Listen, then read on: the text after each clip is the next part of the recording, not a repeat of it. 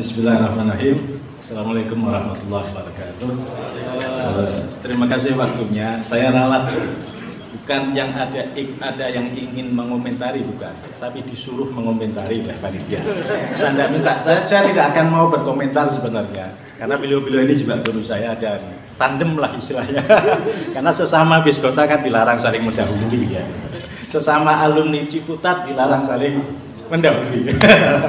Walaupun seandainya misalnya ada itu, anggaplah ini sebagai diskusi saja di ruang kelas. Bapak Ibu sekalian, memang saya akan meneruskan apa yang, karena yang saya tangkap terakhir dari Ustaz Jalal tentang kemuskilan ilmu jarh wa ta'dil. Kemuskilan ilmu jarh wa ta'dil, yang karena itulah apa yang kita diskusikan itu adalah salah satu bukti daripada kemuskilan ilmu jarh wa ta'dil. Kenapa? Karena dalam Muqaddimah Imam Muslim kan disebutkan itu kata-kata Ibnu Sirin, lam yakun yus'aluna anil isnad walamma waqa'atil fitnah qalu samulana rijalukum fayunzar ila ahli sunnah fayukhad hadithuhu wa yunzar ila ahli bid'ah fala yukhad fayurad hadithuhu. Kata-kata Ibnu Sirin dalam Muqaddimah Sahih Muslimnya kan itu.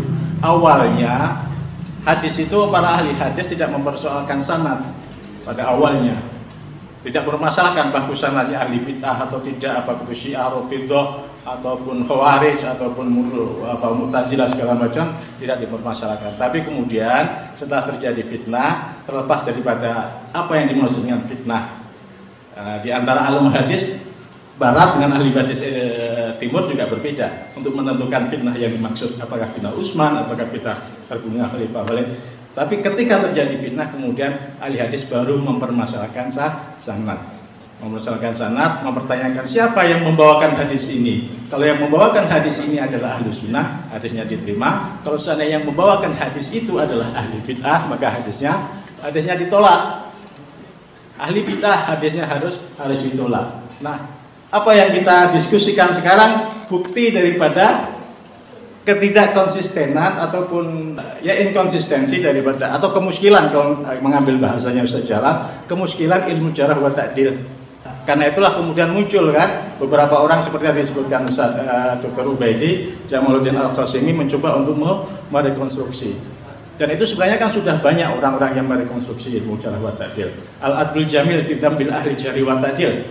An-Nasai'ah Al-Kafiyah Ustaz yang antum kasih saya itu deh. Itu juga mempermasalahkan kaidah jarh wa ta'dil yang sudah established, katakanlah itu yang sudah disepakati oleh ulama-ulama, yang kemudian tidak ada yang berani mengganggu juga. Karena itu yang ingin saya itu kan sekarang kita bagi para dakatir di dalam ilmu hadis itu sebenarnya yang penting adalah ma ba'da hadhi disertasi atau apa yang harus kita lakukan ini dalam merumuskan sebuah konsep ilmu hadis yang baru. Kenapa saya sebutkan ilmu hadis yang baru? Saya merujuk pada disertasi penelitiannya promotornya Ustaz Jalal, Prof. Kamaruddin Amin. Prof. Kamaruddin Amin itu menulis disertasi yang kemudian diterbitkan di Indonesia. Judulnya gini, menguji kembali metode kritik ahli hadis. Jadi menguji kembali apa-apa yang sudah dirumuskan oleh para ulama-ulama jarh wa ta'dil zaman dulu. Maksud saya inilah yang kemudian harusnya menjadi perhatian kita ke depan bagi para peminat ataupun para dakatir di bidang hadis, supaya ilmu hadis itu tidak dijadikan sebagai alat tadi untuk menjustifikasi ataupun untuk menuduh, ataupun dalam bahasa Pak Ubaidi, ilmu hadis sudah menjadi alat teopolitik ya, yang dijadikan sebagai alat untuk mendiskreditkan siapapun yang dia tidak sepaham. Dan itu faktanya seperti itu. Karena itu kemudian apa? Saya mencoba untuk memberikan sebuah alternatif pilihan. Inti dari segala permasalahan ilmu hadis itu sebenarnya itulah doktrin adalatus sahabah tadi yang sempat disinggung oleh Prof. Dr. Ubaidi. Intinya sebenarnya di situ. Sekedar menyebut beberapa perilaku sahabat yang kira-kira kok tidak enak untuk didengar, kemudian dianggap langsung sebagai Syiah ataupun Syiah Rafidhi ya, ataupun Syiah Hunat atau Syiah segala macam. Intinya sebenarnya apa? Intinya adalah muaranya pada doktrin adalatus sahabah, di mana tidak ada orang yang mau dan berani mengkritik, termasuk Ustaz Habib Alwi. Untuk sahabat gimana? Tidak mau dia mengkritik kan? Makanya itu apa tadi? Kesunniannya terlalu eksklusif. Padahal beliau oleh Prof. Maskuri Abdullah dianggap sebagai Syiah. Tapi Syiahnya Syiah yang baik kan? Syiah yang baik. Tidak seperti Babul Ulum. Kalau Babul Ulum Syiah apa, Pak? Babul Ulum Syiah Rafidhah gitu kan? Syiah bulat. Beliau yang mengatakan seperti itu. Kata beliau dengar dari Prof. Maskuri gitu.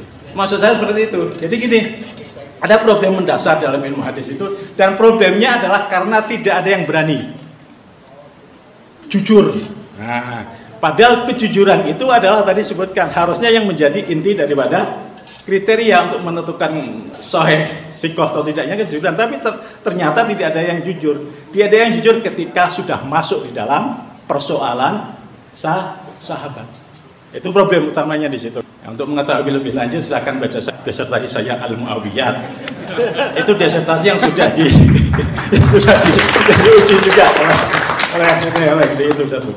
Itu persoalan ilmu hadis itu. Artinya marilah kita bangunlah sebuah katakanlah kriteria baru ataupun apapun lah namanya untuk bagaimana menjadikan ilmu jarh wa ta'dil sebagai humanis ya, yang sangat egaliter. Yang siapapun dia bisa mengkritik dan mengkritik. Kan bukankah tadi ulama-ulama zaman dahulu juga berkata hum rijal wa nahnu rijal, kan begitu. Huwa rijal, kita juga rijal.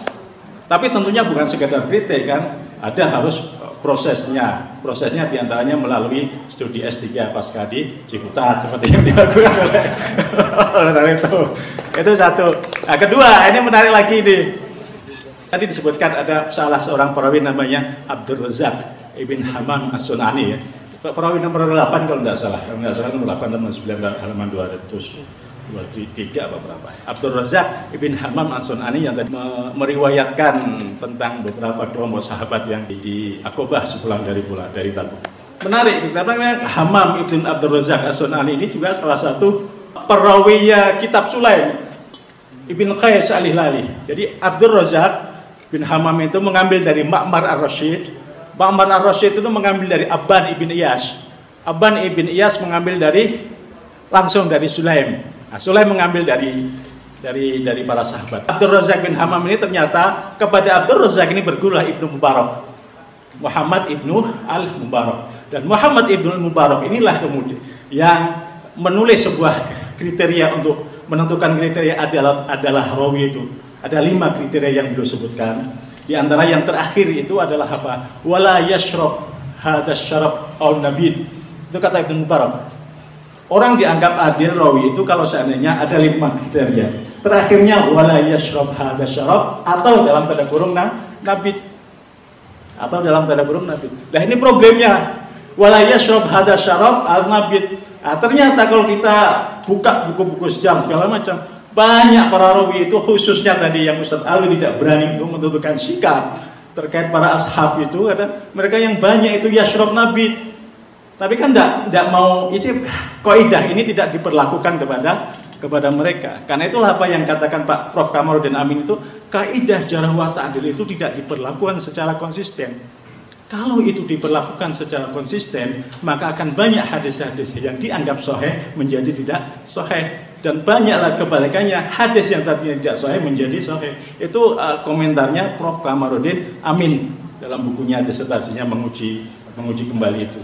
Maka pertanyaan saya, Ustaz Alwi sebagai akademisi kita harus jujur, ya harus jujur. Ustaz Alwi harus membahas ini kitab Sulaim ini. Karena salah satu periwayatnya adalah Abdur Razzaq Ibn Hammam yang itu juga ada di dalam disertasi ini. Abdur Razzaq Ibn Hammam As-Sun'ani, perawi nomor 8 atau nomor 8 itu di situ. Jadi seperti itu. Nah, ini problem. Jadi maksud saya, marilah kita membangun ilmu hadis yang egaliter gitu ya. Yang siapapun yang tidak menjadikan pertimbangan madhab itu sebagai satu-satunya kriteria untuk menjas seorang perawi, untuk menilai kesahihan ataupun kedhaifan hadis. Harus diberikan atau harus dipakai instrumen yang lain. Itu kesimpulan dari saya itu. Harus dipakai sebuah instrumen yang lain. Instrumen apa? Ya baca aja buku Al-Mu'awiyat. Sekian.